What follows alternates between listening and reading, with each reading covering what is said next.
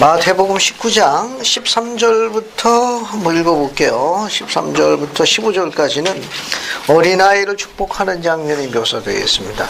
한번 읽어도록 하죠. 연수연 자매님, 마태복음 19장을 찾아가지고 13, 14, 15 세 절을 한번 읽어볼게요. 13, 14, 15. 그때 사람들이 예수께서 안수하고 기도해 주심을 바라고 어린 아이들을 데리고 오매 제자들이 꾸짖거늘 예수께서 이르시되 어린 아이들을 용납하고 내게 오는 것을 금하지 말라. 천국이 이런 사람의 것이니라 하시고 그들에게 안수하시고 거기서 떠나시니라. 감사합니다. 이게 유아를 축복하는 장면이 좀 언급되어 있는데 혹 다른 교파에서는 이 성구를 유아 침례의 배경 선구로 설명하고 있는 걸로 알려져 있습니다. 그러나 회복된 복음에서는 그 가르침이 조금 달라요. 선지자 조셉 스미스는 이거에 대해서 뭐라고 가르쳤는가 하면은 영감역 번역에다가 첨부해 놨습니다. 오늘 하루 주임을 맨 끝장을 봐요. 두 번째 장 끝에.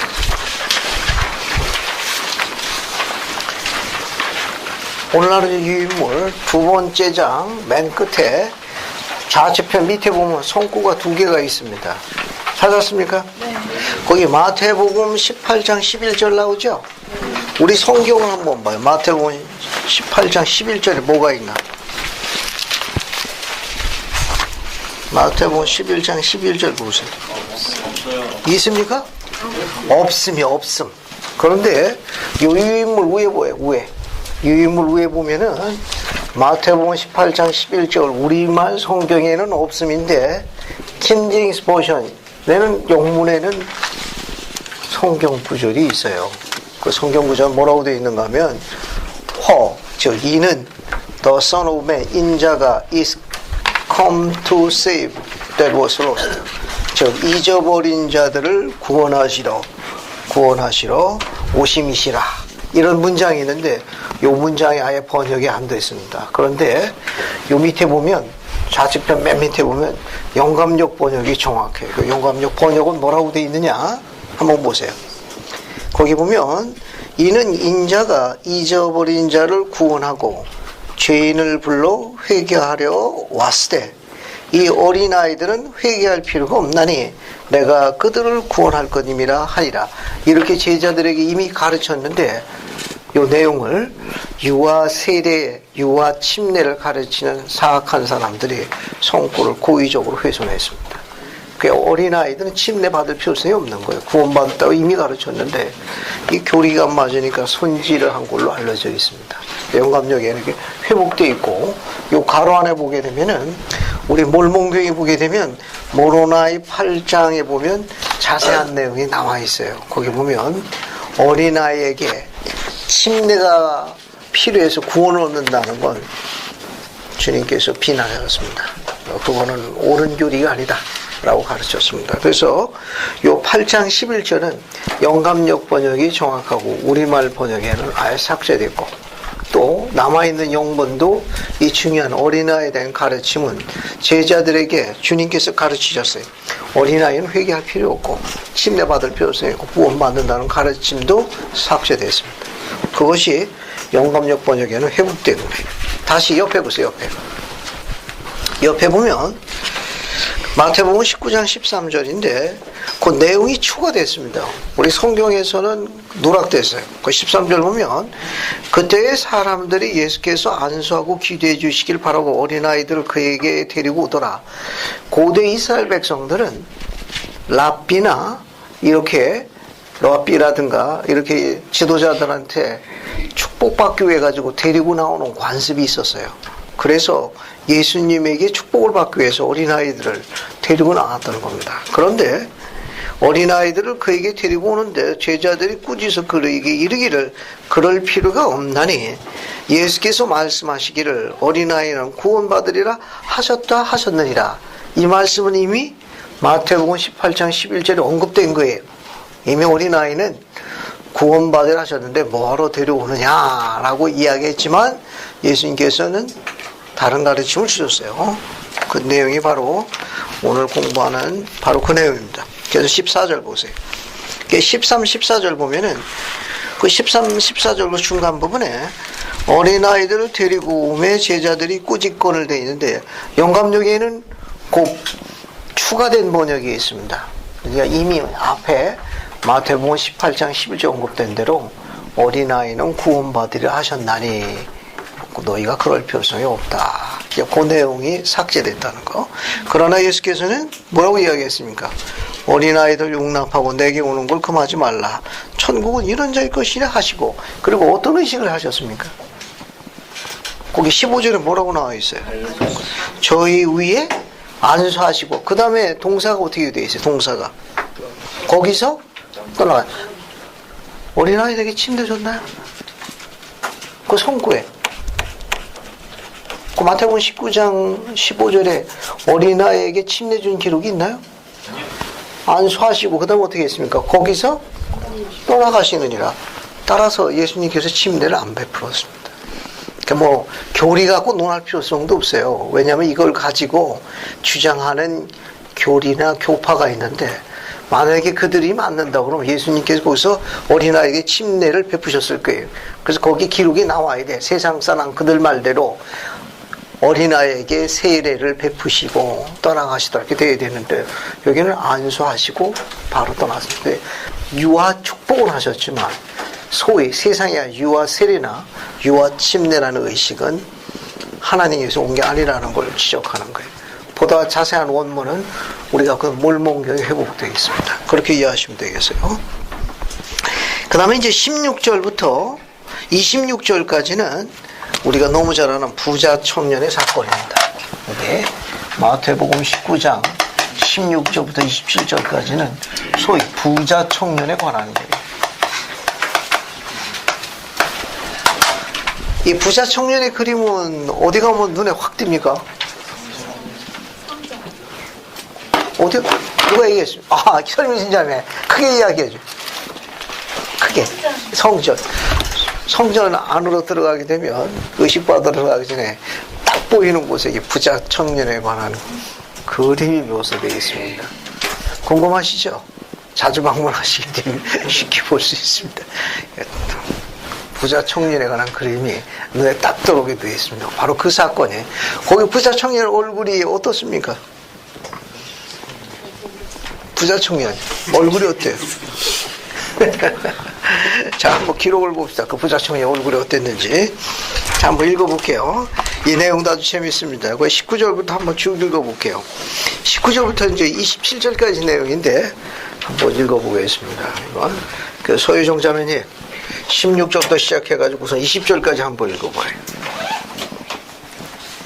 어떤 사람이 주께 와서 이르되 선생님이여 내가 무슨 선한 일을 하여야 영생을 얻으리이까 예수께서 이르시되 어찌하여 선한 일을 내게 묻느냐 선한 이는 오직 한 분이시니라 내가 생명에 들어가려면 계명들을 지키라 이르되 어느 계명이 오니이까 예수께서 이르시되 살인하지 말라 간음하지 말라 도둑질하지 말라 거짓 증언하지 말라 내 부모를 존경하라 내 이웃을 내 자신과 같이 사랑하라 하신 것이니라 그 청년이 이르되 이 모든 것을 내가 지키었사온데 아직도 무엇이 부족하니까 감사합니다. 옆에 김민정 자매 21절부터 22절까지 한번 읽어봐요.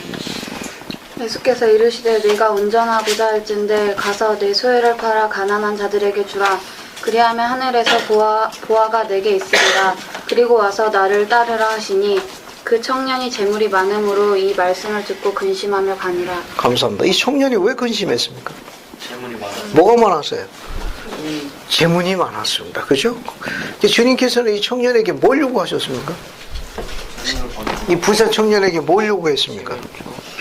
21절에 내가 온전하고자 할 텐데 가서 뭐 하라고 그랬어요? 내 소유를 팔아가지고 어떻게 하라고 그랬습니까? 가난한 자에게 주고 그리고 와서 뭐라고 그랬어요?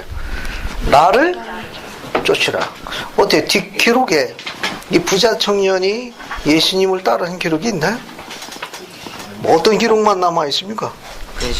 22절에 따랐다는 기록보다는 그 청년이 재물이 많음으로 이 말씀을 듣고 어떻게 갔습니까? 근심하며 가니라. 따랐다는 기록은 있나요? 어때? 부자 청년이 예수님을 따랐다는 기록은 보입니까? 안 보이죠? 자, 앞에서부터 한번 봅시다. 자, 여기 보게 되면 16절에 보면 어떤 사람이 이렇게 나와 있죠? 누가복음 18장 18절 한번 봅시다. 누가는 이 인물에 대해서 다른 거 추가한 기록이 있어요. 누가복음 18장 18절 보세요. 거기 뭐라고 나와 있습니까? 누가복음 18장 18절에 어떤 관원이라고 나와 있으니까 그 당시에 관원은 보통 누구를 지칭합니까? 거기 누가복음 18장 18절에는 관원이라고 이렇게 묘사되어 있죠. 보통 지도자 아니면 사내들이라는 공회가 있습니다. 공회원의 일원이니까 상당히 뭐라고 그럴까요? 지명도가 있는 사람 정도로 보시면 되겠어요. 그 젊음에도 불구하고 상당한 권세와 명예를 지니고 있다. 이렇게 보면 되겠습니다. 누가는 그렇게 이렇겠지만 마태는 이제 청년으로 묘사했어요. 그가 예수님에게 뭘 질문했습니까? 호칭을 뭐라고 불렀어요? 선생님, 내가 무슨 선한 일 하여 영생을 얻으리까? 그러니까 이 부자 청년은 예수님에 대해서 굉장히 지극한 호감을 갖고 있었던 건 확실한 것 같아요. 왜냐하면 누가의 기록에 보게 되면 사내들인의 공회 일원이면 지도자급 인사입니다. 그런데 예수님에게 뭐라고 불렀어요? 선생님 불렀으니까 상당히 뭘 갖고 있는 거예요 지금? 지극한 호감을 표시한 거예요. 그러나 이 세상에서 가장 선한 선생은 오직 한 분뿐이니 누구라는 거예요? 17절에 가장 선한 이는 누구라고 그랬어요? 가장 선한 선생의 분류를 쓰면 오직 한 분뿐이 없다. 그분은 누구냐? 하나님뿐이 없다. 이건 그래서 뭐라고 했습니까? 그 뒤에 보십시오. 내가 생명에 들어가면 계명을 지키라. 그래서 지금 어느 계명을 지킵니까 했더니 예수님께서 18, 19절에 어떤 계명들을 이야기했죠? 한번 적어봅시다. 뭐가 있어요? 살인하지 말라. 또 그 다음에 간음하지 말라. 간음하지 말라. 또 뭐가 있습니까? 그렇죠. 오적질하지 말라. 도둑질하지 말라. 그럼 또 뭐가 있습니까? 거짓 증거하지 말라. 거짓 증거하지 말라. 그 다음에 또 뭐가 있어요? 이건 저 19장 18절에 나오는 거고, 그 다음에 19장 19절에 뭐가 있습니까? 내 부모를 공경하라. 내 부모를 공경하라. 그럼 또 뭐가 있습니까? 내 이웃을 내 몸과 같이 사랑하라.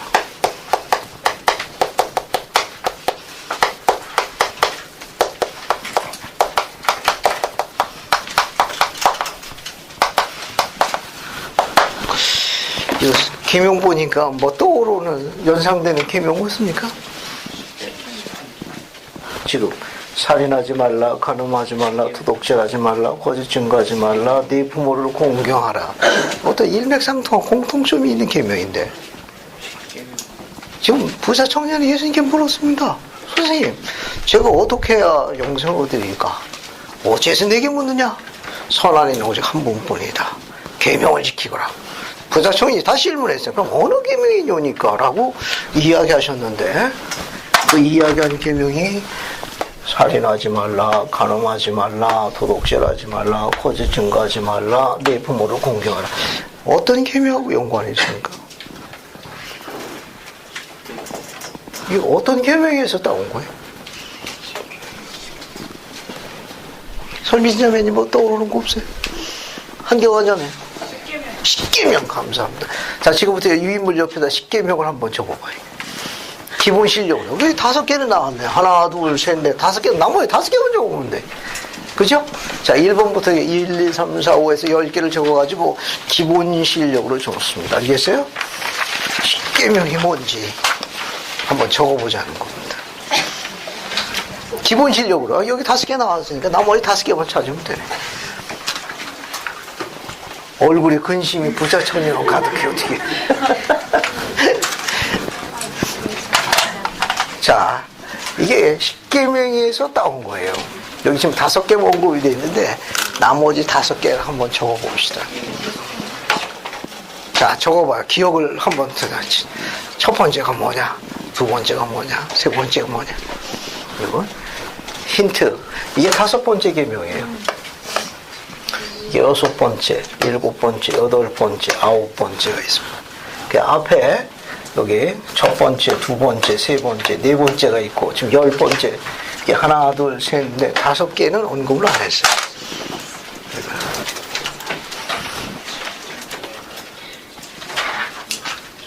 한번 십계명 한번 적어보세요.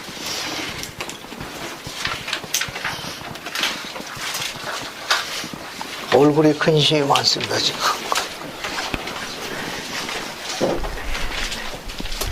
출애굽기 몇 장이 나오죠? 출애굽기 20장이 언급되어 있습니다. 출애굽기 20장 보세요. 같이 하죠. 근심이 많아서 안 되겠습니다. 출애굽기 20장. 자, 출애굽기 20장 한번 봅시다. 1절부터 17절 안에 있는데 첫 번째 계명이 어디 나오죠? 첫 번째 계명, 십계명의 첫 번째 3절에 있죠. 너는 나 외에는 다른 신들을 내게 있게 말지니라. 그죠? 나 외에는, 너는 나 외에는 다른 신들을 내게 있게 말지니라. 두 번째는 그 4절에 있네. 그죠? 너를 위하여 새긴 우상을 만들지 말라. 그리고 4절 맨 끝에 아무 형상이든지 만들지 말라. 그죠?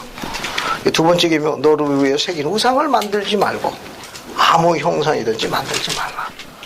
그 다음에 건너뛰고 그 다음에 세 번째 계명은 7절에 있네요. 그죠?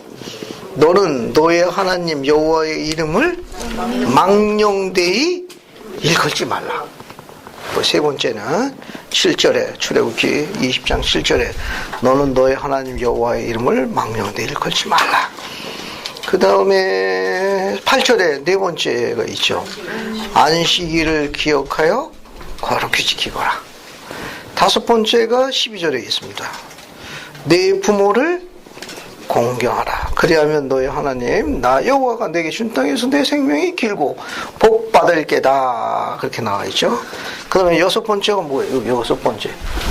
요거 그 뒤에 보면 13절에 살인하지 말라. 14절에 일곱 번째 간음하지 말라. 그 다음에 15절에 여덟 번째 욕심하지 말라. 그 다음에 16절에 뭡니까? 아홉 번째인데 그죠? 내 이웃에 거짓 증거하지 말라. 열 번째 17절에 뭡니까?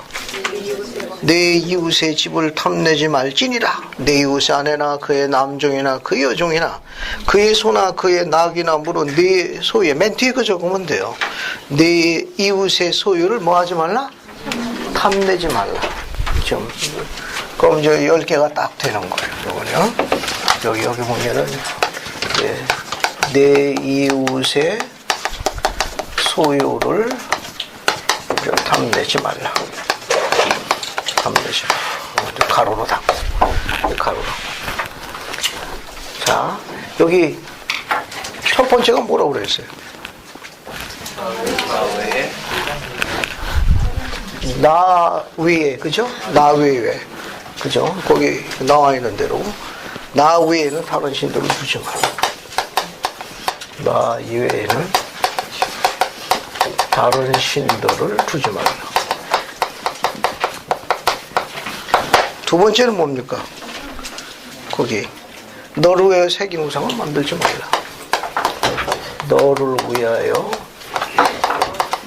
새긴 우상을 만들지 말라. 만들지 말라.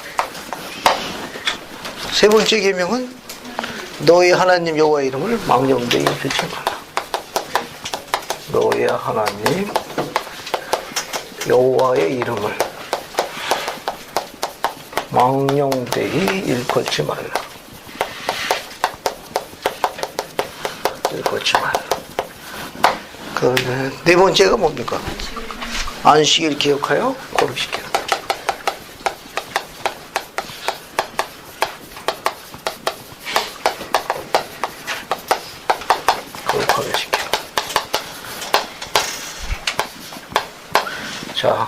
가로로 묶는 거는 언급을 안 한 거예요. 이 십계명을 보게 되면 주님께서 언급하신 내용은 1번부터 4번은 하나님과 인간관계의 관계예요. 1번부터 4번까지 계명이 특징한 하나님과 인간과의 관계를 이야기하는 겁니다. 즉 인간이 하나님께 가까이 갈 수 있는 네 가지 원리가 이 계명 안에 포함됩니다. 인간이 어떻게 하면 하나님께 가까이 나가느냐. 반면에 6번째 계명부터 10번째 계명은 뭐에 관한 관계를 언급한 거예요? 이웃과의 관계를 언급한 거예요. 관계를 언급했어요. 이웃과. 하나는 하나님과의 관계는 1번부터 4번까지 계명이고 6번부터 10번까지 계명은 이웃과의 관계를 언급했습니다. 그 중심이 되는 밸런스가 되는 계명이 뭐예요? 그 밸런스가 되는 거. 무게중심 되는 계명이 몇 번째예요? 5번째. 한 중간에 딱 밸런스로 되어 있습니다. 내 부모를 공경하라. 그러니까 인간이 하나님께 나가는 게 1번 첫 번째 계명부터 네 번째 가는 계명 구성되어 있고 이웃과 이웃의 관계를 언급한 게 6번째부터 10번째 계명이에요. 한 중간에 무게중심을 잡고 있는 밸런스, 균형을 맞추고 있는 계명이 바로 이 계명입니다. 5번째 계명이에요. 아주 흥미로운 게 한 중간에 딱 들어가 있습니다. 그래서 주님께서 이 십계명에 대해서 하나님과의 관계를 언급하시지 아니하시고, 왜냐하면 이 젊은이는 그 기본기에 대해서 닦여져 있으니까 이제 세상에서 사는 동안에 가장 밀접한 건 이웃과의 관계에 대해서 언급하셨습니다. 살인하지 말라, 간음하지 말라, 도둑질하지 말라, 거짓 증거하지 말라, 내 부모를 고. 이 부자 청년이 이 계명에 대해서 뭐라고 이야기했습니까? 지금 이 5 가지 계명에 대해서 뭐 했어요? 또 내 이웃을 어떻게 정말 이웃과의 관계에 대한 거 전부 언급했거든요. 그 부자 청년이 뭐라고 했습니까? 이웃과 이 관계에 있어서 자기는 아주 잘하고 있는 거예요. 다 지켜 싸우니. 다 지켜 싸우니. 근데 굳이 또 뭐가 필요하겠습니까? 라고 다시 반문하고. 다시 넘어갑니다. 다시 보세요. 자, 다시 보십시오. 20절. 그 청년이 이르기를 이 모든 것을 내가 다 지켰습니다. 다 지켰으면 아직도 무엇이 부족하리까?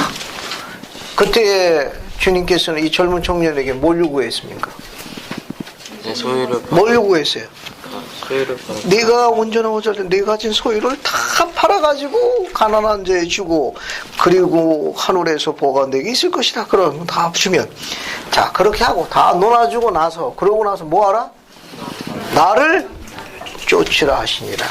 자, 이제 여러분 잠시 여러분 스스로 한번 이 질문을 해보는 겁니다. 여러분 부자 청년이 알겠습니까? 재물이 엄청 많아. 그런데 이 계명도 다 잘 지켰어요. 그래서 주님께 찾아갔습니다. 제가 어떻게 해야 영생 얻으리까? 계명을 지키라. 그 계명을 6가지를 언급하셨습니다. 이웃과의 관계. 제가 넉넉하여 다 그리했습니다. 그래서 주님께서 이제 부자 청년이 이제 여러분이 이제 스스로 생각하는 겁니다. 질문합니다. 내가 가진 모든 소유를 다 팔아. 헐벗고 굶주리고 가난한 자에게 다 놀아주고 너는 혀를 다진 신으로 나를 쫓을지니라. 자, 여러분 어떻게 하시겠습니까? 옆에 있는 반원하고 이 의견을 한번 나눠보세요. 자, 주님께서 요구하셨습니다. 내가 다 팔아가지고 다 놀아주고 다 기부하고 그리고 나서 날 쫓아라. 자, 얘 어떻게 하겠냐 하는 겁니다. 이제 옆에 있는 반원하고 한번 의견 한번 물어봐요. 서로 솔직하게 서로 의견을 한번 나눠봐. 한번 의견을 한번 나눠보십시오. 네. 소유정 자매, 민정이하고 서로 의견 한번 나눠보자.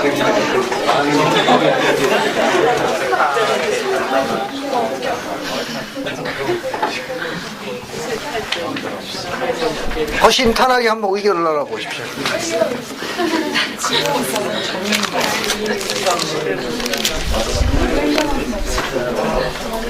연애와 할 수 있어.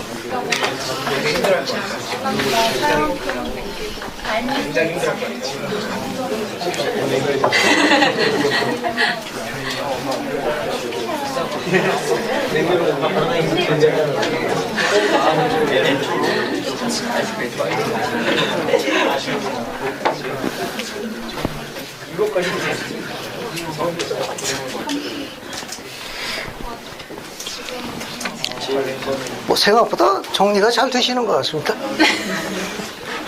가진 게 없으니까 뭐 저 나눠줄 것도 없어요. 이걸 공부하면서 느끼는 게 많죠. 역시 너무 많으면 문제가 많아. 나야 가진 게 없으니까 주님께서 나한테 이런 질문도 안 하실 거예요.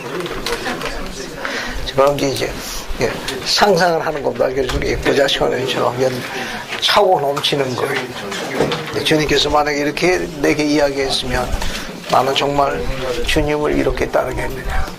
왜냐면 이 부자 청년이 따랐다는 기록은 안 나와 있어요. 근심했다는 기록은 있어도 이거는.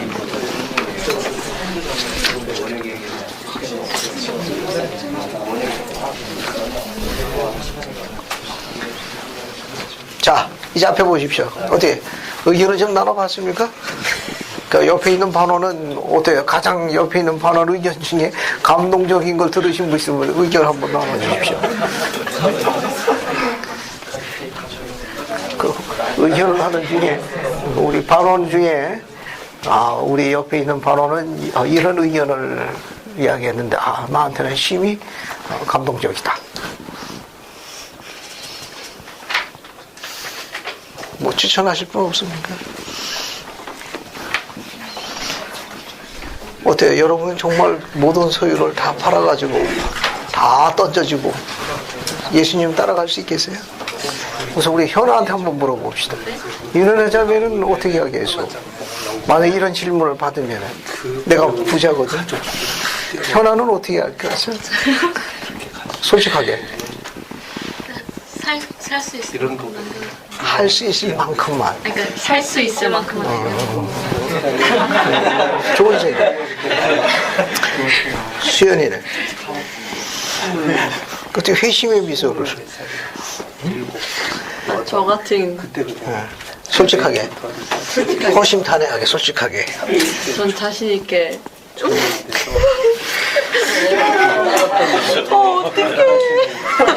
아니 저는 이제 그 질문을 받자마자 딱 그런 생각이 그 사람이 진짜 왜 요즘 세상에 이렇게 예수 그리스도라고 빙자하는 그런 사람들이 많잖아요.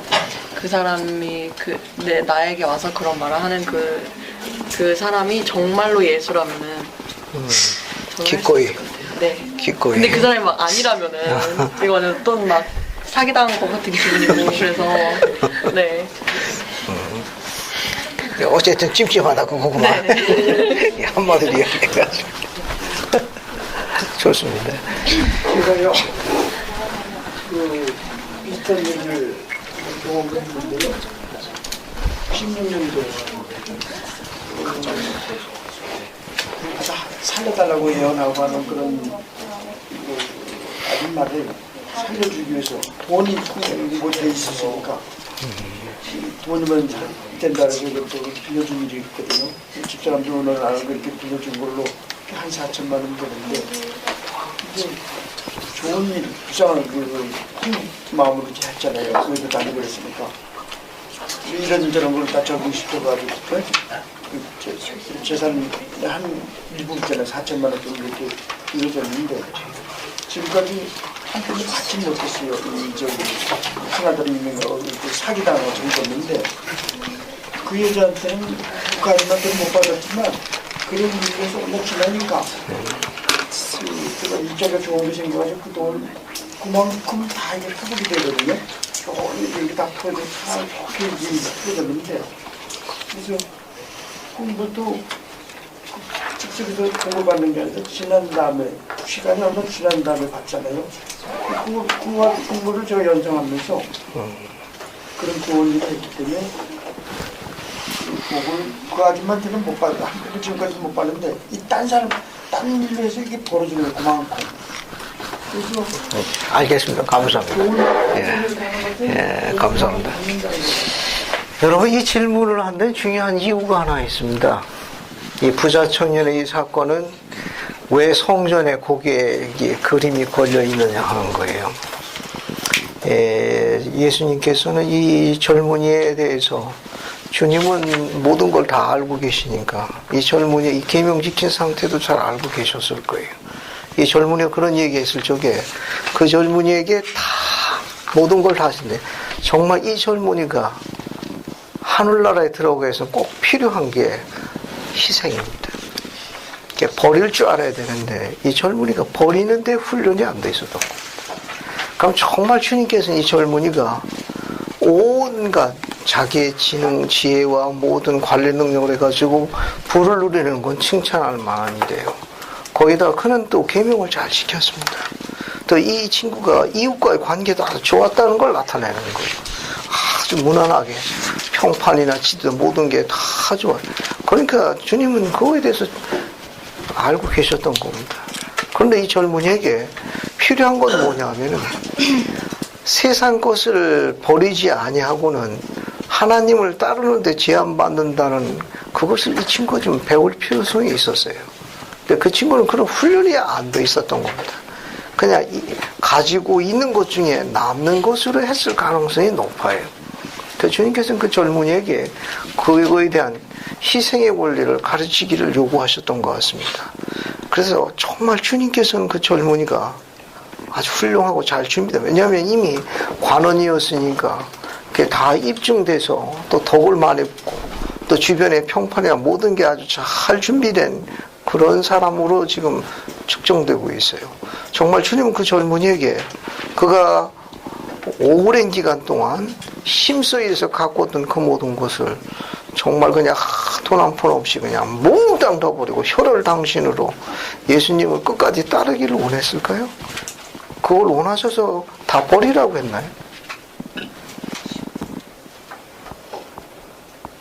어때요? 주님께서는 정말 그렇게 그 젊은이에게 원한 겁니다.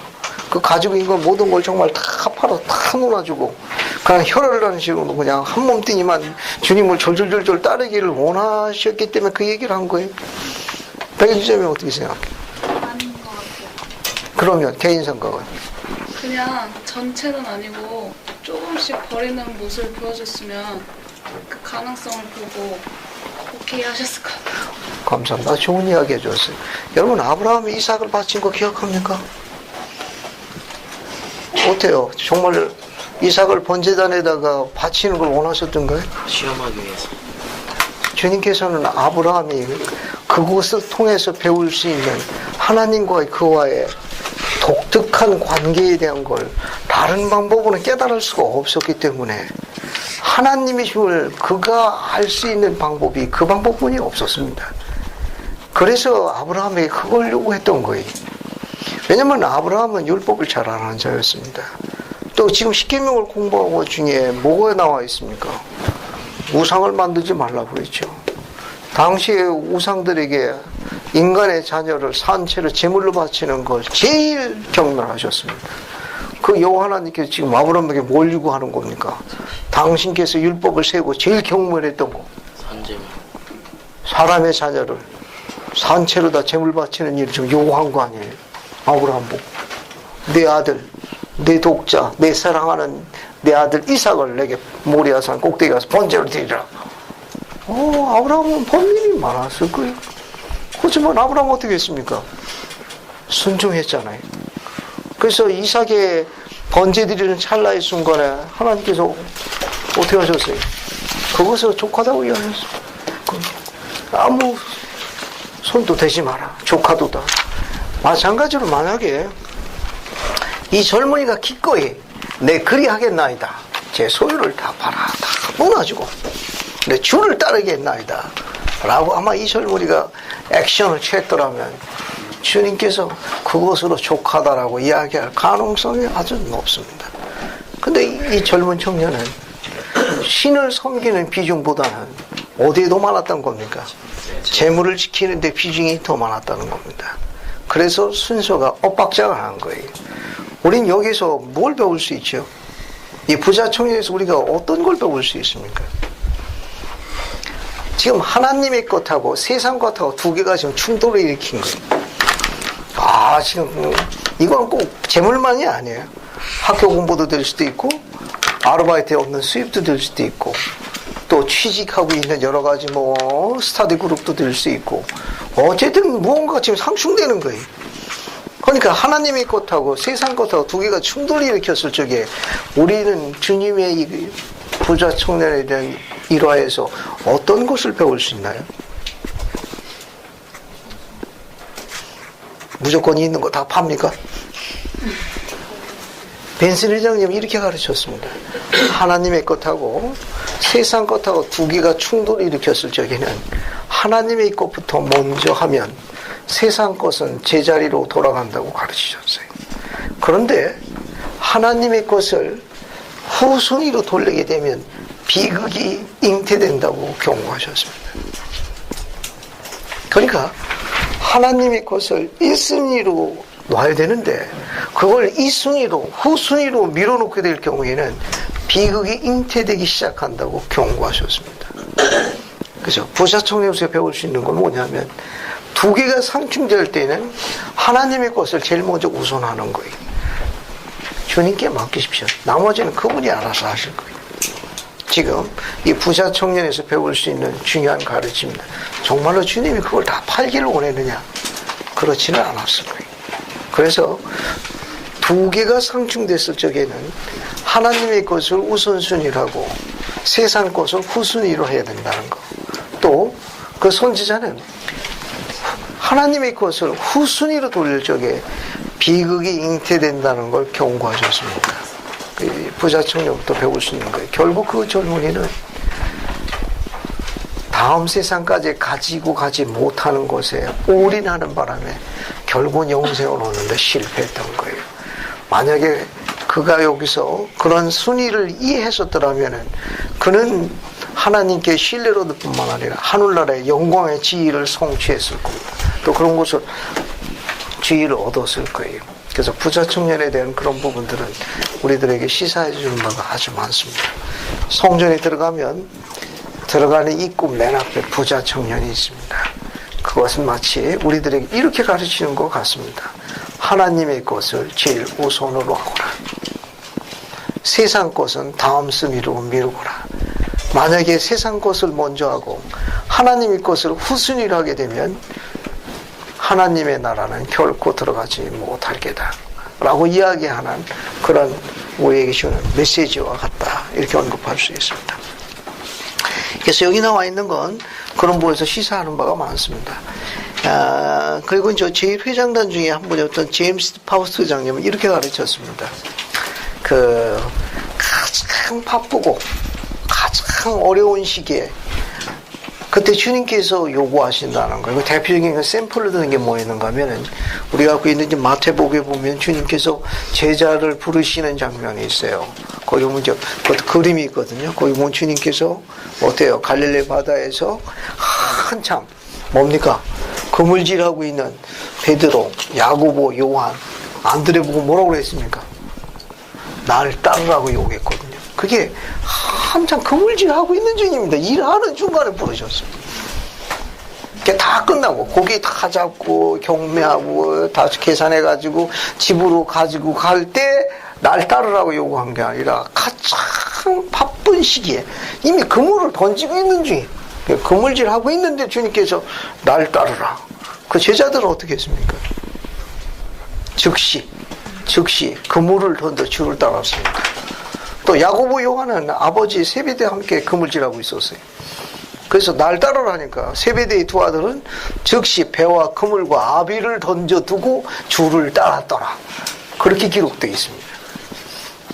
2000년 지난 오늘날은 어떻습니까? 가난한 어부들이요, 밝혀지지 않았던 그 당시에 그런 어부들이었지만 주님을 따랐던 그 용감성으로 인해 가지고 선명히 그분들 이름이 남아있지 않습니까? 오늘 또 다른 또 공부할 거예요. 그 당시에 그처럼 유명했던, 오늘날로 이야기하겠던 그 권세가들, 성공했던 그 수많은 부자들, 우리 이름 한 사람도 모릅니다. 알려지지도 않았고. 그 당시에는 이름 석자 분명히 새길지 모르지만 2000년 지난 오늘날 우리 아무도 기억 못해요.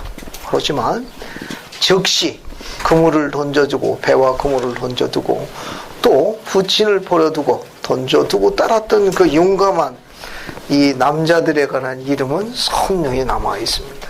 오늘날도 똑같이 적용될 수 있습니다. 그래서 파우스에서 뭐라고 했는가 하면, 우리가 가장 바쁘고 힘들 적에 하나님의 것을 그분의 제단 위에 올려놓을 적에 우리는 훨씬 더 그분께 가까이 나아간다고 가르쳤고, 우리 영혼의 평강을 얻는다고 가르쳤습니다.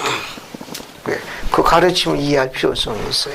그러니까 가장 힘들고 바쁜 그 시기에 하나님의 제단에 바칠 적에 우리 영혼이 가장 화평스러워지고, 그 순간에 하나님께서 날 사랑하고 나도 그분을 섬기고 있다는 가장 확신감 가질 수 있는 소중한 경험을 한다고 가르쳤습니다. 그때 우리 영혼이 더 많이 성장하는 거예요. 그러니까 예를 들어서 이제 세미나리라든지 종교교, 선교사업도 마찬가지인데, 이거 주님께서 다 아십니다. 취업하기 위해서, 또 결혼이나 뭐 기타 등등 여러 가지 많은 걸로 해가지고 범민과 여러분 힘든 거 주님이 다 알아요. 왜? 계명시키는 거 다 알고 계셨거든. 하지만 여기 나오기 위해서는 자기가 가장 해야 할 그 순위, 세상 순위를 후순위로 돌리고 그분께 나와야 합니다. 어쩌면 취업이나 결혼이나 이것을 직접적으로 하는 것보다는 오히려 그분의 것을 먼저 수행하는 게 더 빠를 수도 있을지도 모르겠습니다. 어쩌면 주님은 그렇게 하실 수 있는 가능성이 굉장히 높아요. 왜냐하면 선지자가 그렇게 가르쳤으니까. 선지자가 가장 힘들고 바쁜 그 생활 속에서 하나님을 섬기고자 하는 그 마음으로 자신의 가장 소중한 시간을 하나님의 제단에 번제드리게 되면 우리는 하나님께서 우리에 훨씬 더 가까이 계시고, 우리는 그분에 대한 사랑을 개인적으로 더 많이 경험한다고 가르치셨으니까, 그런 희생 없이는 영적인 것을 쌓기는 어려운데 그거 잊어버리는 거 한순간입니다. 그 한순간에 금방 무뎌집니다. 그러니까 이것은 이제 계속해서 그런 걸 접촉해야 돼요. 그래야 개인적인 계시의 영과 그런 부분이 이제 화로되는 거예요. 이게 한번 경험할 필요성은 없는데 그 영적인 것을 꾸준히 하지 않게 되면 빠른 속도로 굳어집니다. 아주 빠른 속도로 굳어져요. 그래서 나중에는 이 위대한 하나님의 손길에 대한 것에 대해서 어느 정도 시차가 지나가서 굳어지게 되면 이제 짜증이 나기 시작하죠. 좋은 거 알면서도 이제 분노가 슬슬 치밀어 오릅니다. 나중에는 자기는 아니라고 그러지만 상당히 거칠어지고 사나워지죠. 그건 영적인 거에 대한 그런 접촉 부분에 관계되는 것에 대한 제한성인데, 누가 요구한 게 아닙니다. 본인이 제한한 거예요. 어느 누가 이야기한 게 아니에요. 본인이 결정하고 본인이 거룩한 것으로부터 스스로 제한한 결과입니다. 그럴수록 더 많이 봉사하고 더 많이 바쳐야 돼요. 오히려 그렇게 해야 합니다. 그러면 주님께서 축복하실 수밖에 없습니다. 제가 여러분께 제언하고 싶은 것은, 주님께서는 만사는 다 때가 있다고 하셨어요. 때라는 건 타임입니다. 시간이에요. 결국 뭐냐? 시간이 가면 다 해결돼요. 취업도 되고 결혼도 하고 자녀도 낳고 다 해결이 됩니다. 문제는 그 시기를 이야기하는데 그걸 늦출 수도 있고 당길 수도 있습니다. 전부 우리가 하나님의 제단에 우리 것을 얼마나 그분의 번제단에 올려놓는 용감성이에요. 여기 부자 청년한테 이야기했습니다. 나를 쫓으라. 나를 따르라. 근데 이 부자 청년은 근심이 많았어요. 근심하며 갔습니다. 그래서 결국은 주님의 큰 축복에 대한 것을 스스로 제안했죠. 뒤에 봅시다. 뒤에 손구도 재미있어요. 자, 거기 보면 지금 이야기한 거 23절부터 26절까지 한번 보세요. 한번 읽어봅시다. 백연주 자매님 한번 읽어봐요. 거기 23절부터 26절까지. 예수께서 제자들에게 이르시되 내가 진실로 너희에게 이르노니 부자는 천국에 들어가기가 어려우니라. 다시 너희에게 말하노니 약대가 바늘기로 들어가는 것이 부자가 하나님의 나라에 들어가는 것보다 쉬우니라 하신대. 제자들이 듣고 심히 놀라 가로되 그런즉 누가 구원을 얻을 수 있으리까. 예수께서 저희를 보시며 가라사대 사람으로는 할 수 없으되 하나님으로서는 다 할 수 있느니라. 감사합니다. 지금 읽은 23절부터 26절 과정 중에 제일 중요한 포인트가 되는 성구는 몇 절에 있습니까? 24. 몇 절이요? 24? 거기 봅시다. 24. 즉 약대니까 낙타를 이야기하는 거예요. 낙타가 바늘귀에 들어가는 것이 부자가 하나님 나라에 들어가는 것보다 쉽다. 여러분 낙타 알죠? 바늘귀는 뭘 갖고 바늘귀라고 그래요? 이게 바늘 아니에요, 바늘. 여기 실끼는 거, 이게 바늘귀예요. 낙타가 여기 들어가는 거 봤어요? 언제 활동을 한번 동물원 가가지고 바늘 가지고 한번 해봐요. 여기 들어가 봐. 이 바늘귀는 저게 바늘귀입니다. 여러 가지 견해가 많이 있어요. 부자가 하늘나라에 들어가보다는 낙타가 저기 들어가는 게 훨씬 더 빠르다, 쉽다라고 이야기했는데 견해가 많이 있습니다. 그런데 조사된 것 중에 가장 적절한 것은 그 당시 그 성벽을 성을 쌓게 되면은 정문이 있고 알겠습니까? 성을 쌓잖아요. 여러분 알다시피죠? 이게 성벽이라고 합시다. 왜 이제 요새가 여기 큰 이게 정문이 있잖아요. 이게 정문 말고 돌아가다 보면은 비상구가 있어요. 조그만 비상구가 있습니다. 그래서 문을 닫아요. 그럼 이쪽으로 들어가야 되는데 이 문이 아주 작아가지고 낙타가 무릎을 꿇고 들어가야 돼. 그리고 짐을 다 벗어야 돼. 낙타 있는 짐을 벗고 사람들이 전부 다 이러고 다 들어가요. 그 자그마한 문을 당시에 바늘기라고 불렀답니다. 그 문을. 그 문을 이야기하는 거지 바늘에 있는 저걸 이야기하는 게 아니에요. 요걸 이 정문이 있고 큰 성문이 있고 여기 아주 쪽문 같은 게 비상문이 있어서 그 비상문이 아주 작아가지고 그냥 낙타 한 마리 그것도 낙타도 짐을 다 벗어야 돼. 또 사람도 이러고 들어가야 돼. 그 문을 바늘기라고 불렀대요. 바늘기라고. 여러 가지 학자들의 견해가 많이 있는데 몰몬경에 보면 니파이가 예루살렘을 되돌아가 성 안으로 들어가는 장면이 있습니다. 그래서 성벽을 타고 올라가느냐 견해도 많은데 어떤 학자들은 이 바늘기의 작은 문으로 들어간 게 아니냐 보는 학자도 있습니다. 예, 그런 견해도 있어요. 이런 작은 문을 뭐라고 그래요? 바늘기라고 불렀답니다. 바늘기. 그러니까 낙타가 여기 들어가려면 짐을 다 벗어야 됐습니다.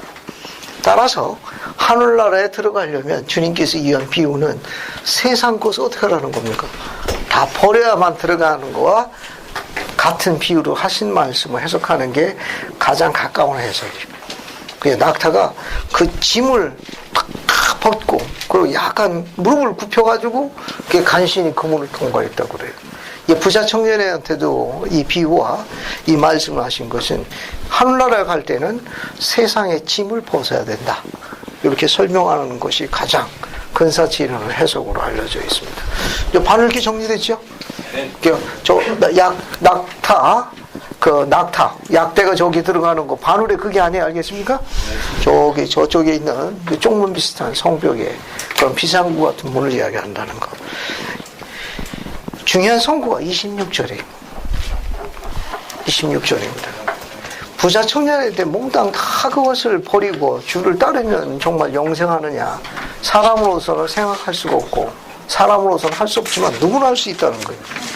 하나님은 하신다. 26절 사람으로는 할 수 없으나 그 뒤에 뭐라고 얘기했습니까? 하나님으로서는 다 할 수 있느니라. 주님은 구원의 하나님이십니다. 그분은 그렇게 하실 수 있어요. 의심하지 말라는 거예요. 우리 사람은 그렇게 할 수 없는데 하나님은 하실 수 있다는 겁니다. 그분은 이 모든 축복을 다 이렇게 허락하실 수 있다는 거예요. 이 성구가 아주 재미있는 성구입니다. 사람으로서는 할 수 없으나 하나님도 다 할 수 있으니까 소망을 가지라는 거예요. 소망을 가지면 영혼의 화평이 옵니다. 영혼이 아파지는 건 소망을 잃을 때 오는 거예요. 소망을 가져야 돼요. 소망을 잃게 되면 영혼이 자꾸 병들어요. 아파지기 시작합니다. 그럴 때는 치유 방법 오직 말씀 외에는 없습니다. 말씀을 자꾸 기억해야 합니다. 말씀을 자꾸 가까이 해야 돼요. 사람으로서는 할 수 없으나 하나님으로서 다 할 수 있는 일을 하고 말씀 의지해서 소망을 자꾸 키워야 합니다. 그래야 영혼이 다시 생기려고 다시 일어나는 거예요. 절 보세요. 만약에 부자 청년이 재물을 버렸다고 한들 다친 게 아니에요. 하나님께서는 한쪽 문을 크로즈 닫으면 어떻게 하시죠? 다른 쪽 문을 항상 열어두시는 거예요. 그러니까 우리는 다친 것만 아니까 자꾸 가슴이 아픈 거예요. 소망이 자꾸 꺼지다고 생각하지만 하나님께서 어떤 문을 크로즈 닫으시면 다른 문을 오픈해 놓습니다. 그거는 소망으로부터 시작되는 거예요. 그러니까 하나님께서 우리가 그토록 갖고 싶어하는 거, 소망하는 거, 얻고자 하는 문이 닫힐 수가 있어요. 그때 우리는 그러죠. 저한테 그러시면 안 되죠.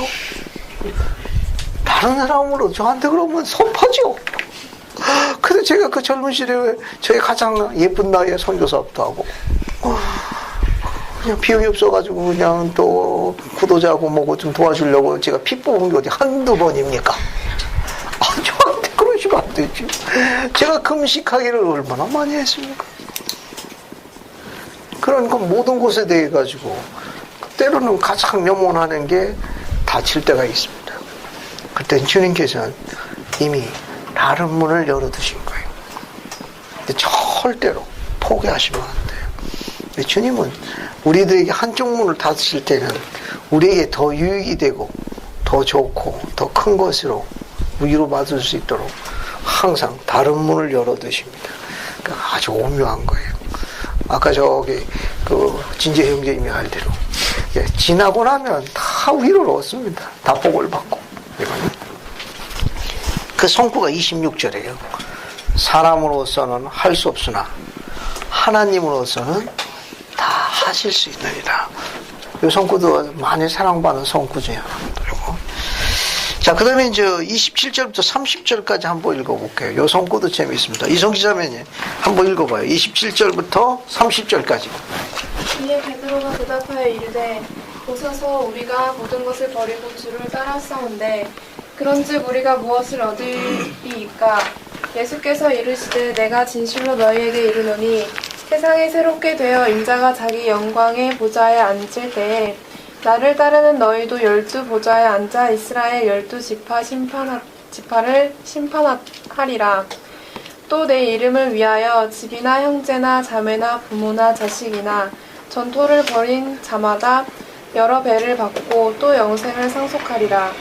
그러나 먼저 된 자로서 나중되고 나중된 자로서 먼저 될 자가 많으니라. 감사합니다. 우리는 베드로에 대해서 굉장히 감사해요. 베드로는 궁금하면 공부를 해야 돼요. 그냥 안 넘어갔어요.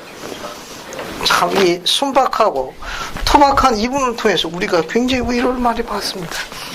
그는 주님으로부터 가장 가까이에서 모든 권세와 본능을 증명하는 목격자입니다. 그 중에서 하이라이트지 하나는 갈릴리 바다의 폭풍 사건이죠. 주님께서 기도를 하시고 난 다음에 주님께서 한밤중에 흰 옷 입으신 물 위로 걸어오셨죠. 그렇죠? 물 위로 기도하는데 다들 뭐라고 했습니까? 귀신이다, 유령이다. 근데 주님께서 뭐라고 그랬습니까? 내가! 베드로가 뭐라고 그랬어요? 주이시거든, 내 주이시거든, 나를 물 위로 걸어오라 명하소서.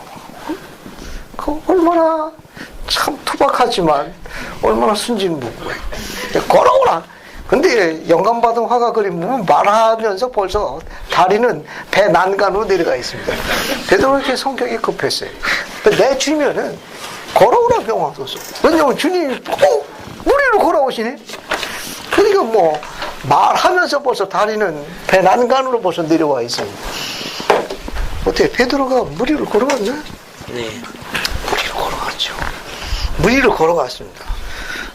근데 언제 빠졌습니까, 베드로가? 예수님 손 잘 걸어가다가 언제 물속에 폭락했어요? 네? 풍랑이 이러죠. 풍랑이 일어가지고 주님을 보고 걷다가 초점이 어디로 갔습니까? 풍랑이니까.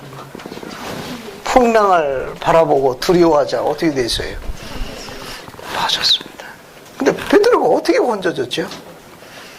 예수님의 손을 잡고 왜? 손을 잡고요. 그러게 중요한 거예요. 이 정답인데 주님께서 풍랑이라는 것은 바로 즉시 뭐 할 수 있는 위치까지 손을 내밀면 베드로의 손을 잡을 수 있는 그때까지 다가올 동안 풍랑을 제안하셨습니다. 즉시 손을 내밀 손을 딱 잡았거든. 그죠? 손을 피노키오 마냥 신마트 마냥 그게 아니고 손을 내밀면 잡을 수 있는 그 지척에 왔을 적에 풍랑을 이뤘습니다. 그러자 베드로는 풍랑을 보고 두려워했을 적에 빠졌죠. 주여 구원하소서. 그래서 주께서 손을 내밀어 베드로의 손을 잡고 그러니까 굉장히 가까운 거예요. 지척에 왔을 때는. 그래서 베드로에게 뭐라고 이야기했습니까? 베드로에게 뭐라고 한마디 하셨죠? 믿음이 적은 자여 왜 의심하였느냐. 그 다음에 어떻게 했습니까? 베드로를 어떻게 했어요? 세운 다음에 어떻게 했습니까? 그 다음에 업고 가실 수도 있죠. 안고 가실 수도 있고. 근데 어떻게 배전에 올라가죠? 그 얘기가 뭐냐면 함께 걸어서 배전에 올라갔습니다. Go together. 바다 위를 주와 함께 걸었습니다. 그 증인이 나중에 어떻게 되죠?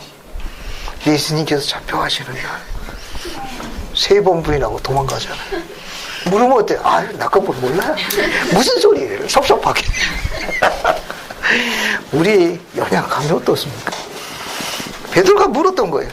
그 얘기 듣고 보니까 부자 청년 그걸 보고 다 버리고 쫓아다니잖아요. 조금 전에 이야기했습니다. 나를 따르라 할 적에 배와 모든 걸 다 버려두고 우리는 다 쫓았잖아요. 모든 거 다 버리고 그래서 우리는 상급으로 뭐 주시나요? 라고 물었던 거예요. 지금 그 질문은 그 내용입니다. 우리 모든 걸 다 버려 싸우네요. 뭐 주실래요? 라고 물은 거예요. 상급의 메뉴를 미리 밝혀라 그겁니다. 그죠? 그 내용이 22절입니다. 우리가 모든 것을 버려라고 줄을 서서 싸우니 그런지 우리가 무엇을 얻으리까? 주님께서는 베드로에게 꾸짖으신 것보다는 가르침을 주십니다. 거기 28절 보게 되면 나중에 12 이스라엘 지파의 심판자가 되는 축복에서 언급하고 있습니다. 이 내용은 누가복음 22장 30절에도 언급되어 있어요. 같은 내용이에요. 같은 내용입니다. 그 뒤에 보시면 29절에 내 이름을 위하여 집이나 형제나 자매나 부모나 자식이나 전토를 벌인 자마다 여러 배로 받고 또 영생을 상속하리라. 여러분 옆에다가 요 이해를 돕기 위해 가지고 내 이름을 위하여라고 되어 있죠? 거기다 밑줄을 치고 교레아성약 98편 13, 14 적어보세요. 거기 옆에다가 교레아성약 98편 13, 14절을 한번 적어보세요. 교레아성약 내 이름을 위하여 집이나 뭡니까 형제나 자매나 부모나 자식을 또 전토를 벌인 자마다 여러 배를 받고 영생하리라 되어 있죠? 교레아성약 98편 한번 볼게요. 계시는 뭐라고 나와있나 한번 살펴볼게요. 계시를 보겠습니다. 그래서 한번 읽어보죠. 김상경 자매님 교레아성약 98편 13, 14절을 찾아갖고 읽어주시겠습니까? 그리고 누구든지 내 이름을 위하여 나의 대업에 자기 몫을 버리는 자는 그것을 다시 찾으리니 곧 영원한 생명이니라. 그러므로 너희 원수를 두려워 말라. 이는 너희가 합당한 자로 나타날 수 있도록 참으로 죽음에 이르기까지 나의 성에게 거하려 하는지 모든 일에 내가 너희를 시험하기로 내 마음의 법령으로 정하여 놓았습니다. 주가 이르노라. 감사합니다. 거기 나와 있는 대로 누구든지 내 이름을 위하여 나의 대업에 자기 목숨을 버리는 자는 그것을 다시 찾으니 곧 영원한 생명이니라. 그러므로 너희 원수를 두려워하지 말라. 그 뒤에 보면은 너희가 합당한 자로 나타날 수 있도록 참으로 죽음에 이르기까지 나의 성에게 거하는지 아니하는지 모든 일이 내가 너희를 시험하기로 내 마음의 법령으로 정하여 놓았으니라. 주가 이루라. 희망적인 메시지가 하나 있습니다. 이건 우리 교회 초창기에 있었던 사건인데, 그래서 뉴욕에서 커틀랜드에서 미주리에서 일리노이주 나부에서 약 2200km 정도 떨어져 있는 솔트레이크로 들어가게 되죠. 그 여정 중간에 나부까지 가는 동안에 폭도들에게 적지 않은 성도들이 죽었습니다.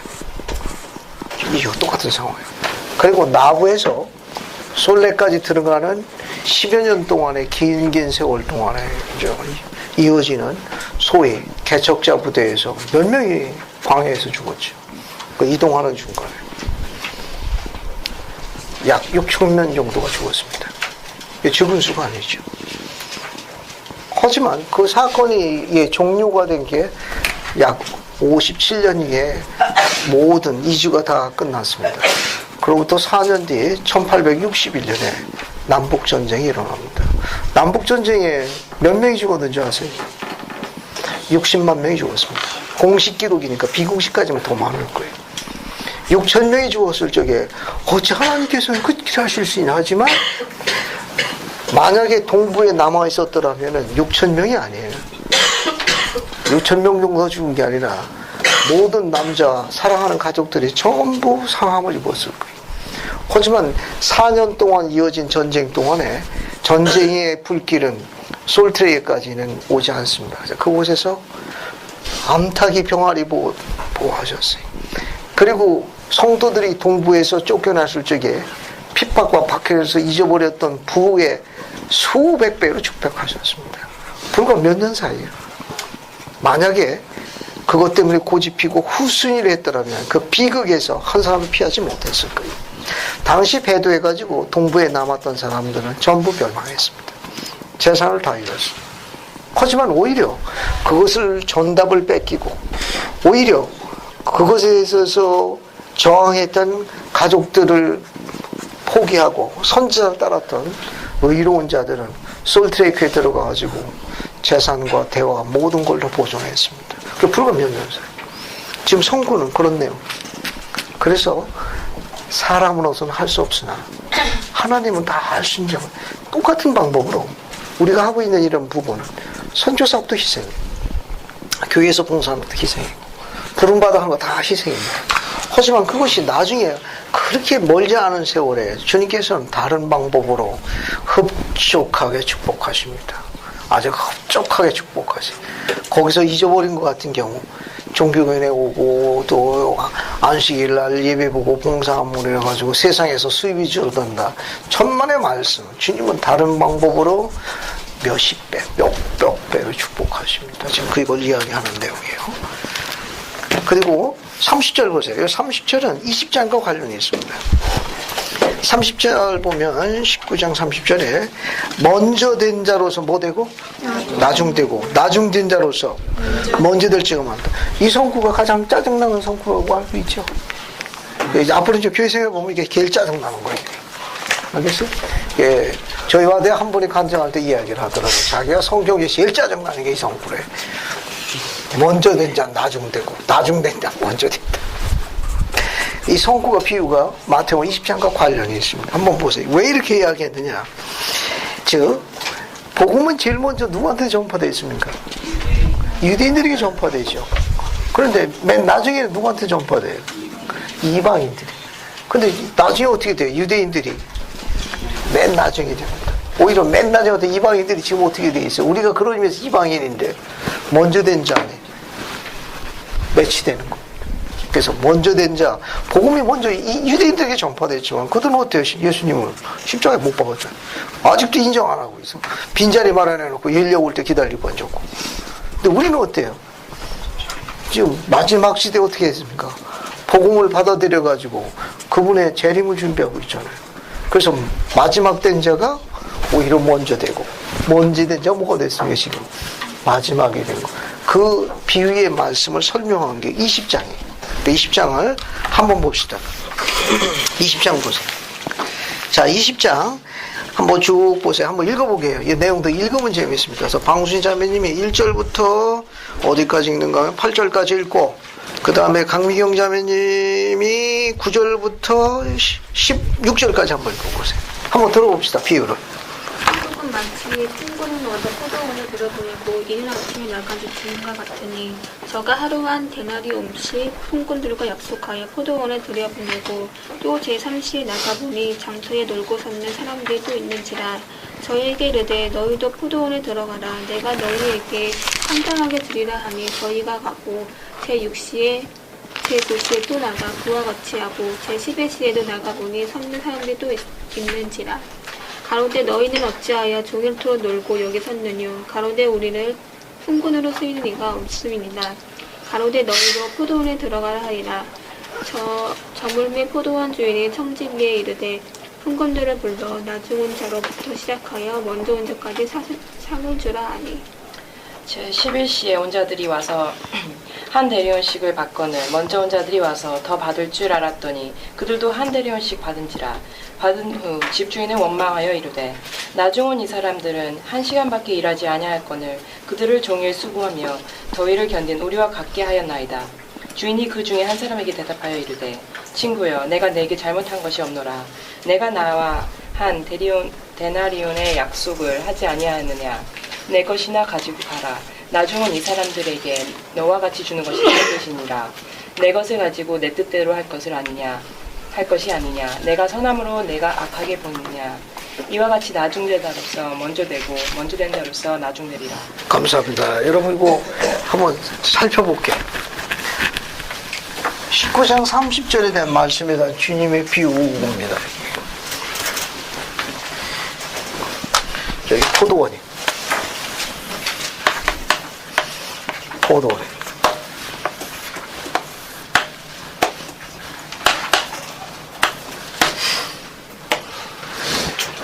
앞에 보시면은 거기 보면 이른 아침에 나간 집주인과 같다. 이른 아침에는 나오죠. 근데 이게 포도원이기 때문에 당시 이스라엘 절기를 볼 적에 이 이른 아침에 보통 아침 6시를 본답니다. 아침 6시. 이른 아침이라는 건 아침 6시고 해가 저물매 할 때는 오후 6시를 본대요. 예, 포도 추수기의 시간을 이야기한답니다. 예, 포도철에 포도가 이게 일꾼들을 불러가지고 이렇게 포도를 딸 때는 이게 해가 뜨고 지는 시간이에요. 아침 6시에서 오후 6시예요. 그 집주인이 일찍 나간 거예요. 일찍 나가가지고 포도원에 포도를 따기 위해서 이제 사람들을 불렀습니다. 자, 거기 보면 품삯을 얼마로 약속했죠? 2절에 보면 한 대리온입니다. 한 대리온은 그렇죠. 노동자가 하루에 받을 수 있는 하루 임금입니다. 하루 임금, 하루 일당으로 생각하시면 되겠어요. 그래서 거기 보면 제3시에 나왔다고 되어 있죠. 제3시, 오전 9시입니다. 3시. 공간복음에 나와 있는 시간이에요. 그 유대인의 시간으로 3시는 오전 9시에 당합니다. 그 다음에 5절에 보면 또 몇 시에 또 불렀습니까? 6시죠. 여기 6시는 12시입니다. 그 다음에 또 몇 시에 또 불렀습니까? 5절에. 9시는 오후 3시에. 9시. 그 다음에 6절에 보면 몇 시에 또 나가서 불렀습니까? 11시. 요 11시는 오후 5시. 11시는. 그 다음에 이제 쭉 보시면 8절에 보면 이제 품삯을 주는 게 몇 시로 되어 있습니까? 거기 저물매라고 되어 있죠. 저물매. 저물매는 여기 오후 6시를 이야기해요. 오후 6시. 저물매.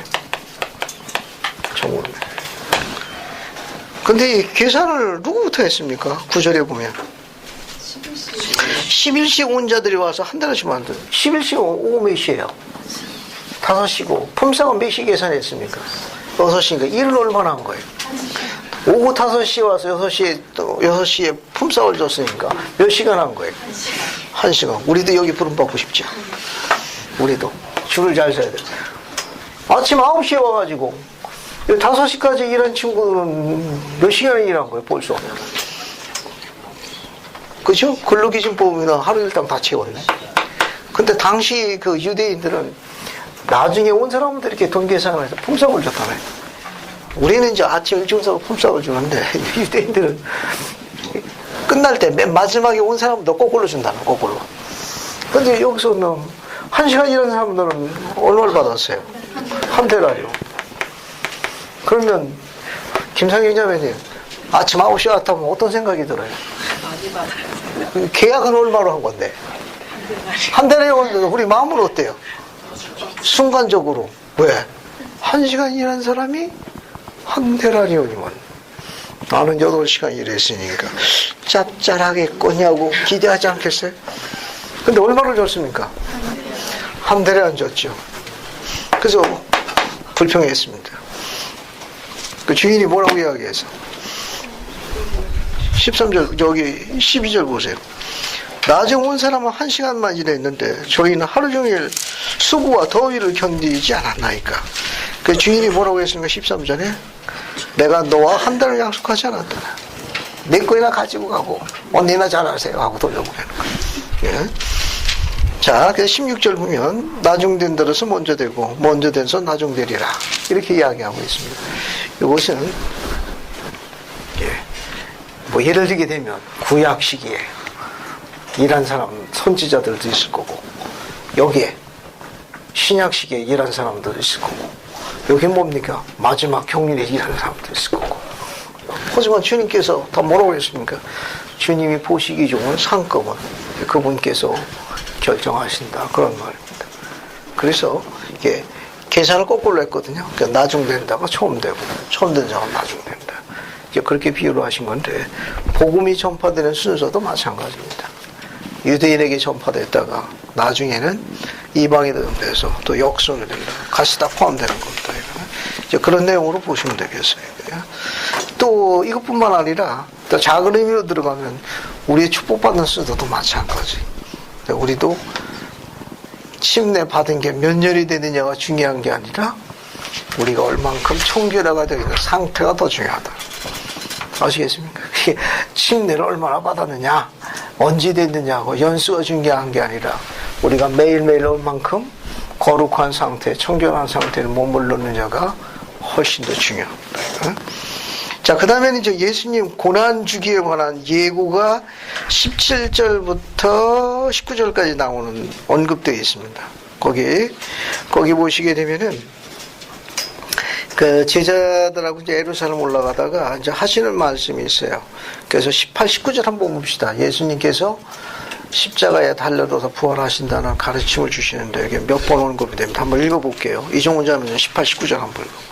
보라 우리가 예루살렘으로 올라가노니 인자가 대제사장들과 서기관들에게 넘겨지매 그들이 죽이기로 결의하고 이방인들에게 넘겨주어 그를 조롱하며 채찍질하며 십자가에 못 박게 할 것이나 제3일에 살아나리라. 감사합니다.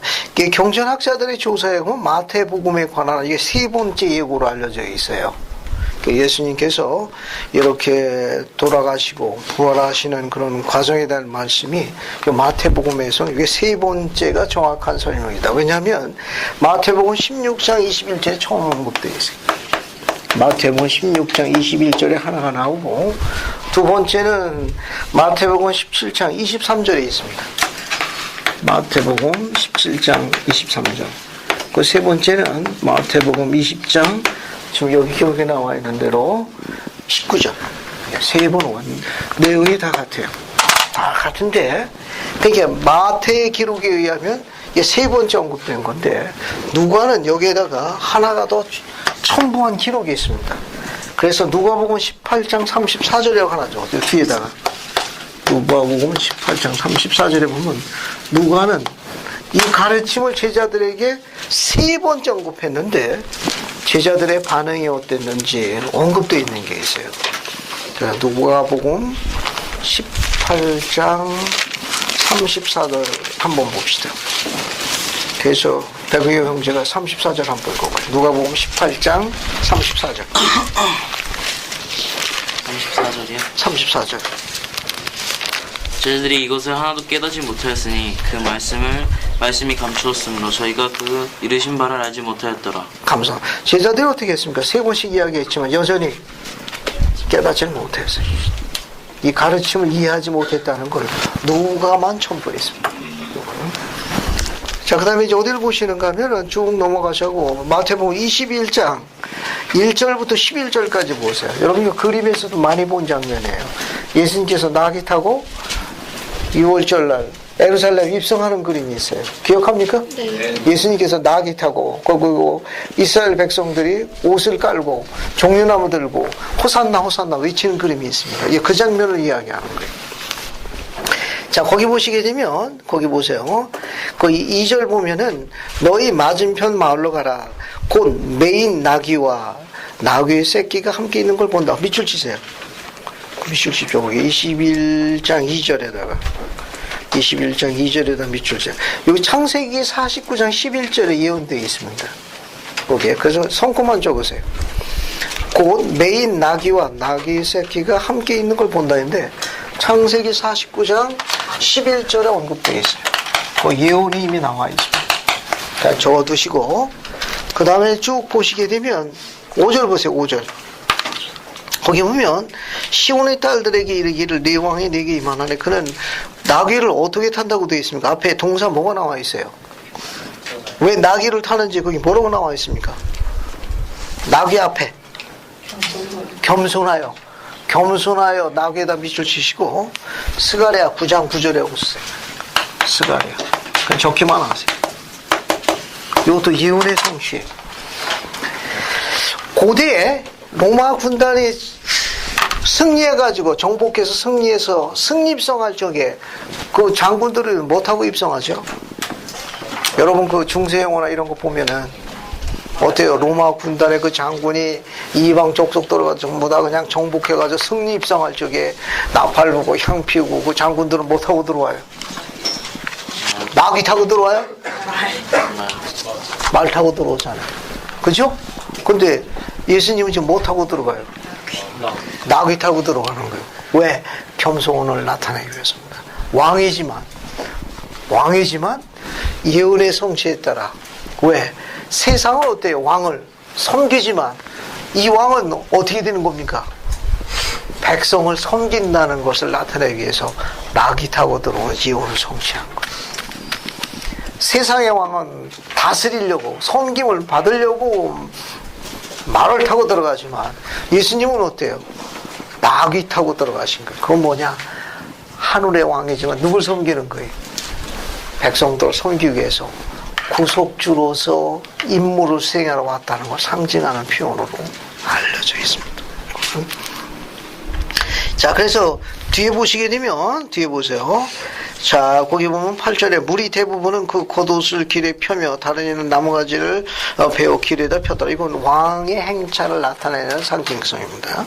앞에서 가고 뒤에서 따르는 무리가 소리질 가라. 호산나 다윗 자손이여 찬송하리다. 주의 이름을 오시는 여 가장 높은 곳에서 호산나로 하더라. 호산나 뜻이 뭐죠? 왕이 오신다. 왜? 왕이 오신다. 왕이 오신다. 조금 더 우리를 구원하소서. 우리를 구원하소서. 이거는 우리를 구원하소서 이 뜻이 호산나 뜻입니다. 호산나. 자, 그 다음에 쭉 넘어가 가지고 한 파트만 공부합시다. 거기 12절부터 14절까지 보시면 성전을 정결케 하는 장면이 묘사가 되어 있어요. 이 장면도 한번 읽어보겠습니다. 배구영제 이거 21장 12절부터 14절까지 한번 읽어보겠습니다.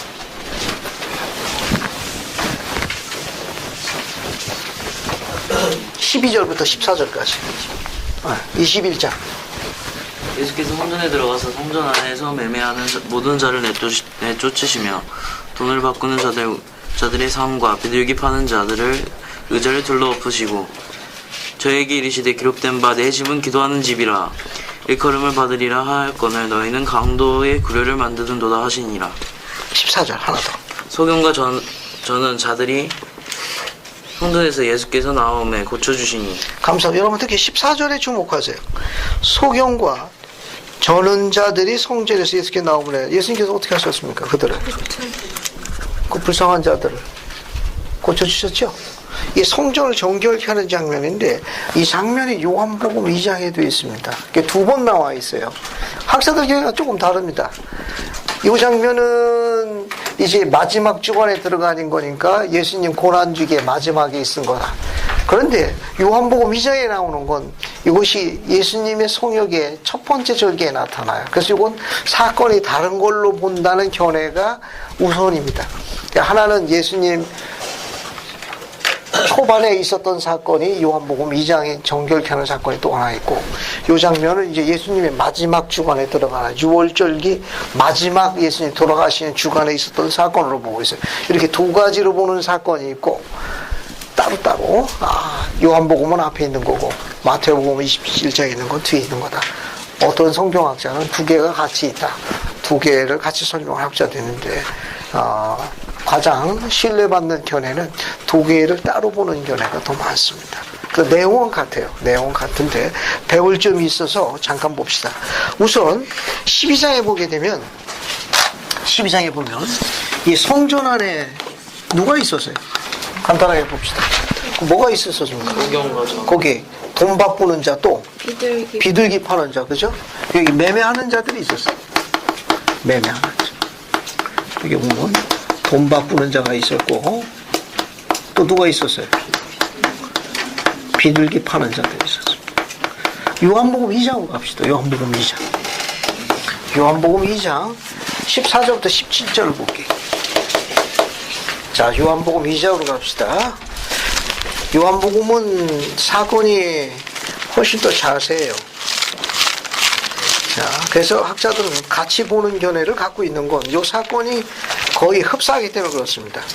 자, 그래서 14절부터 16절까지 한번 읽어보겠습니다. 이은숙 자매님, 요한복음 2장 14, 15, 16절 세 절만 읽어주세요. 성전 안에서 소와 양과 비둘기 파는 사람들과 돈 바꾸는 사람들이 앉아있는 것을 보시고 노끈으로 채찍을 만드사 양이나 소를 다 성전에서 내쫓으시고 돈 바꾸는 사람들의 돈을 쫓으시며 상을 엎으시고 비둘기 파는 사람들에게 이르시되 이것을 여기서 가져가라. 내 아버지 집으로 장사하는 집을 만들지 말라 하시니. 감사합니다. 거기 보면은 그 요한복음 2장에는 성전 안에 뭐가 있었어요? 거기 보세요. 소, 그 다음에 양, 그 다음에 비둘기. 그 또 뭐가 있습니까? 돈 바꾸는 사람, 비둘기 파는 사람. 그 다음에 돈 바꾸는 사람. 자, 우리 성경상에 성전을 정결하는 이 장면에서 예수님의 액션을 볼 수 있는 두 가지 장면입니다. 이것처럼 액션이 있는 장면이 없어요. 이게 영감받은 화가의 그림을 봐도 상당히 액션이 있습니다. 그냥 노끈으로 쬐키 만들고 그림도 상당히 우리에게 그냥 확 들어오는데. 자, 그러면 우선 이 성전 안에 소, 양, 비둘기 파는 사람, 돈 바꾸는 사람. 그러니까 지금 성전이, 원래 성전은 주님의 집이라고 하는 거 아니에요? 그죠? 예배당하고 성전하고는 어떻게 다른 겁니까? 같은 철근, 콘크리트 다진 건데 하나는 성전으로 여기는 예배당이고 뭐 때문에 그런 거야?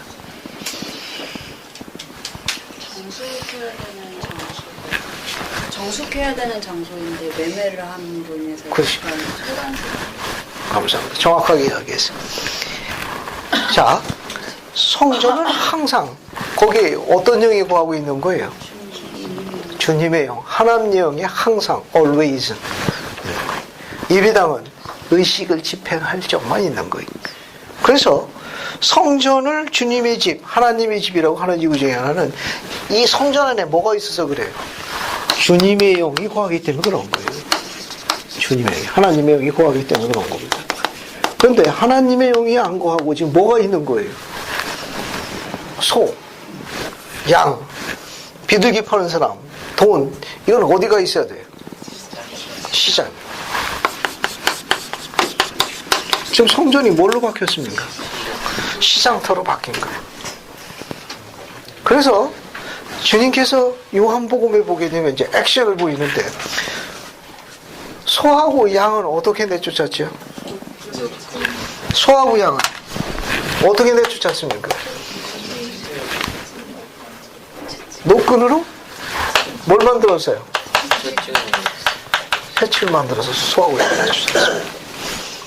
거기 보시면 나오죠. 노끈으로 채찍을 만드사 소하고 양에게만 사용했습니다.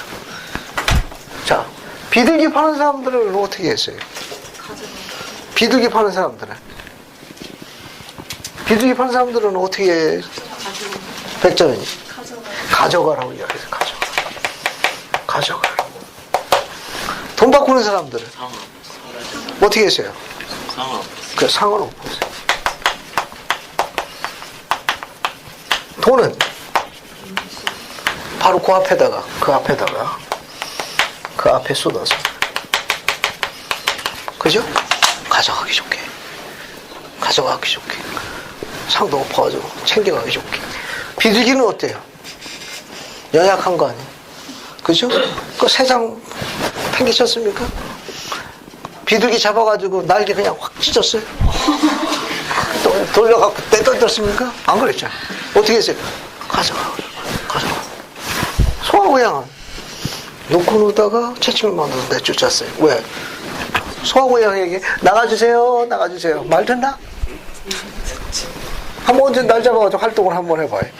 소화기에다 나가주세요. 그럼 맞아야 돼. 그래서 내쫓은 거예요. 그리고 비둘기는 어때요? 연약한 거. 그걸 잡아가지고 날개 흔들어가면서 빠지! 이게 안 그렇습니다. 그렇게 하시지 않았어요. 그냥 가져가라고. 사장한테 가지고 가. 비둘기째 가지고 가라고. 또 어때요? 상은 그냥 없으니까 우리는 어때요? 공중 2단 차기 타타타타닥. 그 다음에 돈은 있는 대로 그냥 흩게 있을 거예요. 주님 그렇게 안 하셨습니다. 상은 그 자리에 없고 돈도 그 자리에 쏟아가지고 바로 챙겨서 갈 수 있게 했어요. 어때요? 우리가 분노하는 음성에서 나타나는 액션하고 주님께서 지금 하는 액션하고 차이점이 뭡니까? 뭘 배울 수 있어요? 네? 김준희 형님. 어떤 상황에서도 약자를 배려하는. 감사합니다. 우리 김준희가 모처럼 정답을 얘기했어요. 자, 우리가 배울 수 있는 점이 뭐냐면은 중요한 기록과 함께 공부할게요. 바울은 고린도전서에다가 우리 몸을 뭘로 비유했죠? 성전을 비유했습니다. 우리 몸이 성전이래. 언제 성전이 됩니까? 강자매님 크게. 주님의 영이 거하게 우리 몸이 성전으로 전환되고 그랬어요. 그런데 우리 몸 안에 뭐로 가득 차면? 소, 양, 비둘기, 돈 바꾸는 걸로 가득 차면 우리 몸이 뭘로 바뀌게 돼요? 시장터가 되는 거예요. 조용할 날이 없을 거예요. 또 어때요? 시비가 끊이질 않을 거예요. 목소리가 클 거예요. 조용할 날이 별로 없을 거예요. 뭐라고 그럽니까? 트러블 메이커요. 집집마다 하나씩, 곳곳마다 하나씩. 장점이 뭐예요? 본인이 모른다는 거지. 자, 이제 정리해 볼게요. 이 마지막 비유에서 우리가 알 수 있는 건 뭐냐면 주님께서 성전을 절개하는 이 장면에서 주님의 영이 거하는 사람, 주님의 영으로 충만해진 사람의 특징을 묘사하고 있습니다. 쉽지는 않지만 계속해서 노력하고 거기에 도전해야 합니다. 바울은 이렇게 가르쳤어요. 이 성구 하나만 정리해보고 마칩시다. 에베소서 4장 26절 27절 봅시다. 그러고 좀 마칠게요.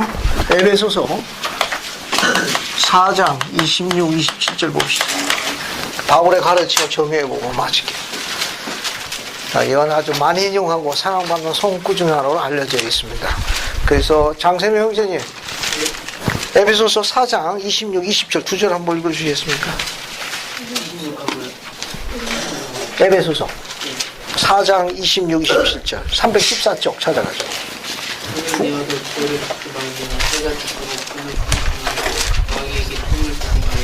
감사합니다. 한 번 더 읽어볼 테니까 잘 보세요. 분을 내어도 죄 짓지 말며 해가 지도록 분을 품지 말라. 마귀로 틈을 타서 타지 못하게 하라. 이 바울은 뭐라고 가르쳤는가 하면 이렇게 가르쳤어요.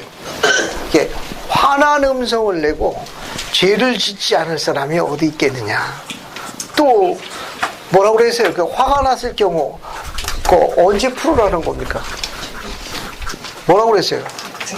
해가 지도록 분을 품지 않아요. 그 어떤 거 그날에 가기 전에 뭐 하라는 거예요? 다 서로 용서하고 사과하고 하라는 겁니다. 절 보세요. 이제 정리할게요. 시비가 중요한 게 아니라 누가 옳았느냐, 누가 바랐느냐, 누가 올바르느냐, 그런 시비를 논하는 게 중요한 게 아니라 뭐가 더 중요하다는 거예요? 관계가 더 중요한 거예요. 남편과 아내의 관계가 더 중요합니다. 아들과 아버지 관계가 더 중요해요. 알겠습니까? 시비가 중요한 거예요. 누가 잘했냐 못했냐 중요한 게 아니라 관계가 더 중요합니다. 그리고 이렇게 서로 의견 충돌해서 말다툼이나 음성이 높았을 적에는 그날이 가기 전까지 먼저 사과하는 것이 옳은 일입니다. 이게 시비로 나요. 나는 잘못한 게 없는데 그쪽에서 사과해, 미안해라는 말 할까지 결코 나는 청하지 않겠다, 응하지 않겠다, 그런 생각하지 말라는 거예요. 바울은 아주 흥미롭게 묘사하고 있어요. 해가 지도록 분을 품지 말라. 즉, 이 가르침은 뭐냐면 화가 난 음성은 하나님의 것이 아니라는 걸 가르치는 거예요. 주님이 화가 나셨나요? 화가 나셔가지고 소하고 양에게 노끈으로 책치고 채셨습니까? 비둘기를 찢으셨나요? 상을 부시고 돈을 헝클으셨습니까? 주님은 그렇게 하시지 않았습니다. 주님은 정결하지 않은 것에 대해서 정결케 하실 적에 그분은 우리들에게 좋은 모범을 보여주고 계십니다. 여기에서 그분은 자제력에 대한 아름다운 모습을 보여주고 있어요. 특히 이런 가르침을 잘 이해해가지고 신권을 지닌 이스라엘 형제는 이스라엘 딸들에게 손을 대면 됩니까? 아까 관계를 얘기했어요. 알겠습니까? 곧 그 이스라엘 딸이 시장터처럼 이런 게 있다 하더라도 아내에게 손대고는 안 돼요.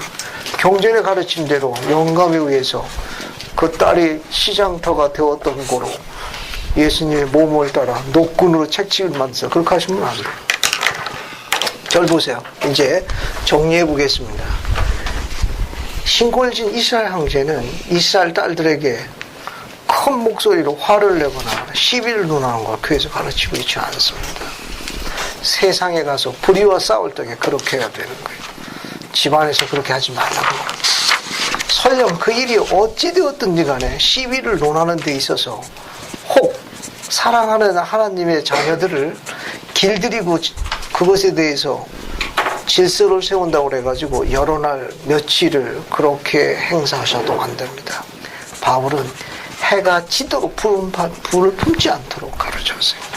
시비를 논하는 게 아니라 잘했든 못했든지 간에 권능을 지니고 있는 자가 나귀를 타고 성에 입성하셨습니다. 그분은 섬김을 받아야 하는 분이지만 오히려 섬기기 위해서 나귀를 타고 자신이 대속물이라고 선언하셨습니다. 바로 그분이 내가 따르는 주님입니다. 네, 하나님도 그리 하셨으니까. 우리도 집 안으로 들어갈 때 겸손하여 나귀 새끼를 타고 들어갔던 주님처럼 행동할 것을 그분이 샘플로 보이신 거예요. 세상에 나갈 적에 말을 타고 장군처럼 싸우는 게 옳은 일입니다.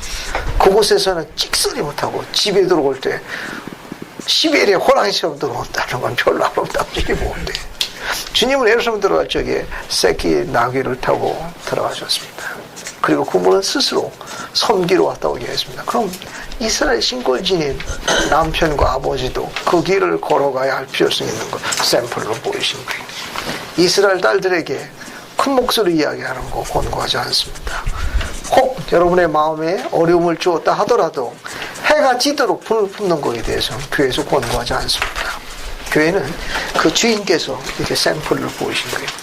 이런 가르침을 잘 이해해가지고 적용할 수 있길 바랍니다. 분노나 거친 행동은 그리스의 것이 아니라는 걸 왕께서 가르칩니다. 한번 적극 도전해 보십시오. 자, 오늘 집에 들어갈 적에 뭐 타고 들어간다? 새끼 나귀 타고 들어가는 거예요. 어떻게? 겸손하게. 한번 도전해 보십시오. 예수 그리스도로. 아멘.